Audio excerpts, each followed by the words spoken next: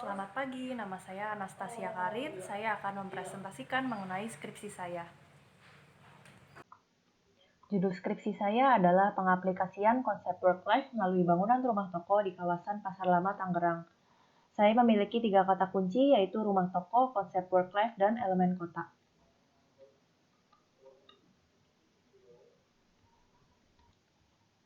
Fenomena yang melatar belakangi skripsi saya adalah yang pertama, tingkat pertumbuhan penduduk yang tinggi, terutama di Indonesia, sedangkan ketersediaan lahan terbatas.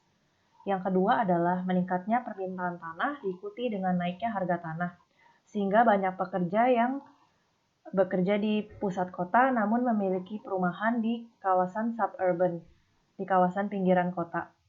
Lalu yang ketiga, meningkatnya biaya pemenuhan kebutuhan hidup membuat seseorang harus menciptakan peluang yang menguntungkan dengan biaya yang rendah, sehingga muncul dengan istilah shop house atau dikenal dengan ruko. Ruko merupakan gabungan dari fungsi hunian dan komersial.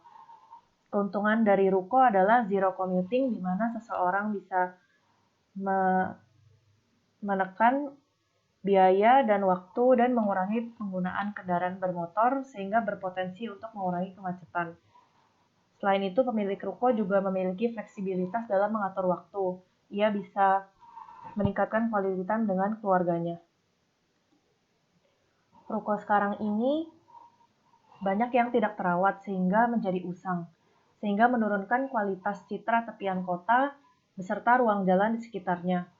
Hal ini juga diikuti dengan memudarnya fungsi hunian, karena desain tipikal ruko tidak dapat memenuhi kebutuhan aktivitas dari penghuni. Berdasarkan kata kunci dan judul skripsi, teori yang saya kaji sebagai berikut. Yang pertama adalah tipologi ruko. Terdapat 4 tipologi ruko berdasarkan pola peletakannya yang berbentuk deretan dan terhadap ruang jalan. Yang kedua adalah unit dari ruko itu masing-masing. Terdapat 4 tipe, yaitu life within, life above, life behind, dan life in front. Selain itu terdapat ruang antara.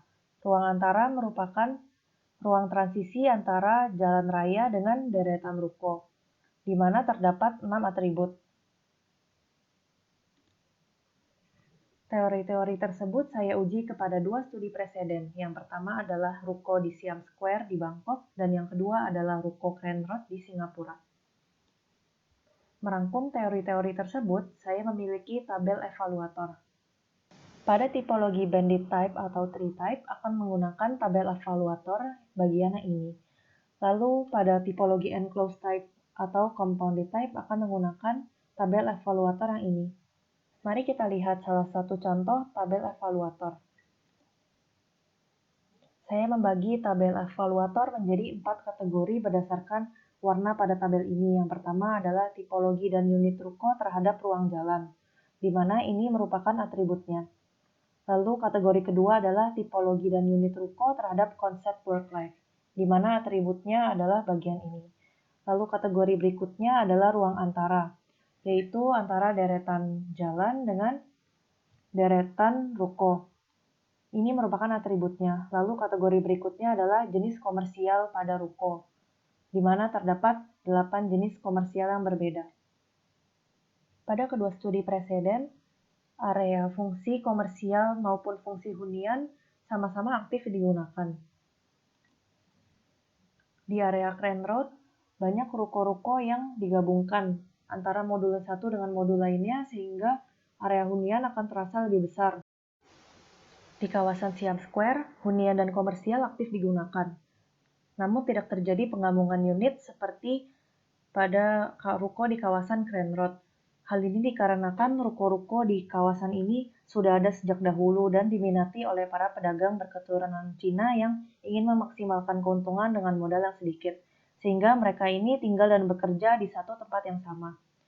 Mereka secara positif melihat potensi dalam fleksibilitas ruko. Antara lain, mereka dapat dengan bebas menghias toko, memungkinkan mereka untuk buka tutup toko secara bebas dan menciptakan suasana yang baik. Berlanjut ke bab berikutnya, lokasi tapak yang saya pilih adalah Jalan Kiasnawi di kawasan Pasar Lama, Tangerang. Ini merupakan Jalan Kiasnawi dengan tipologi ruko, deretan ruko yang akan saya teliti. Metode penelitian yang dilakukan dibagi menjadi dua, yaitu observasi lapangan dan wawancara terhadap narasumber pemilik ruko dan pengunjung harian. Berdasarkan hasil observasi terhadap ruang jalan, terdapat dua atribut yang memenuhi parameter dari teori. Bagian ini merupakan hasil observasi terhadap satuan unit ruko, ruang antara, dan jenis komersial yang ada. Berdasarkan hasil wawancara, dominasi ruko di kawasan ini hanya digunakan sebagai area komersial. Mereka tidak tinggal di ruko-ruko ini. Terdapat beberapa alasan yang mendasari ketidakmauan para pemilik ruko untuk menempati ruko tersebut.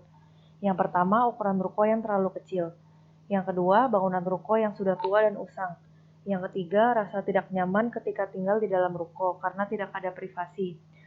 Terdapat kemungkinan area hunian didatangi oleh pengunjung sewaktu-waktu.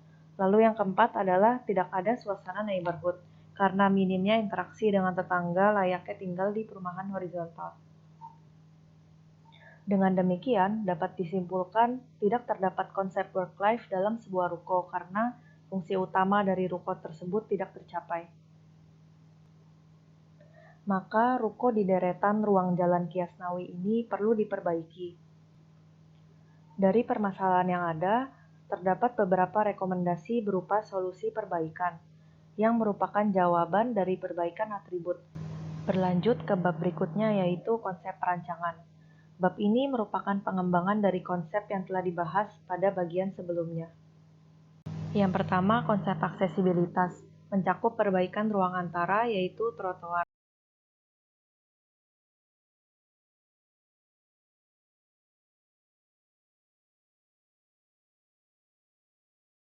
Lalu konsep aksesibilitas di dalam unit ruko, memiliki fokus pada pemisahan jalur akses penghuni dengan pengunjung di dalam satuan unit ruko, sehingga terdapat batasan yang jelas antara area penghuni dengan pengunjung.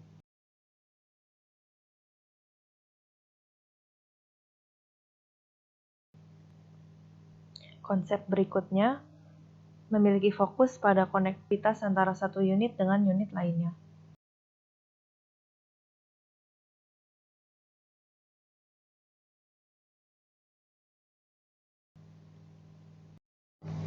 Konsep berikutnya memiliki fokus pada eksplorasi tipologi ruko beserta fasadnya.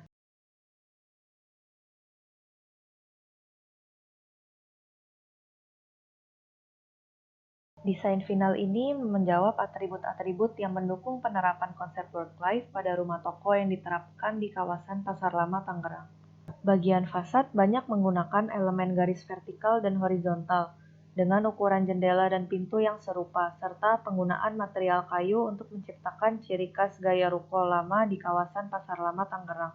Deretan ini diisi dengan 3 tipologi modul ruko dengan bentuk dan luasan yang berbeda.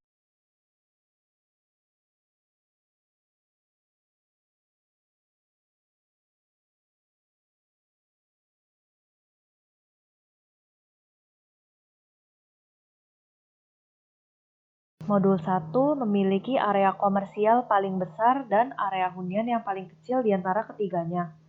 Namun, modul 1 memiliki area outdoor hunian paling besar di antara ketiganya. Modul 1 memiliki pemisahan jalur akses bagi penghuni yang bersifat privat. Jadi, akses ini hanya digunakan oleh modul ini. Modul 2 dan modul 3 memiliki area komersial yang kecil, namun memiliki area hunian yang lebih besar daripada modul 1.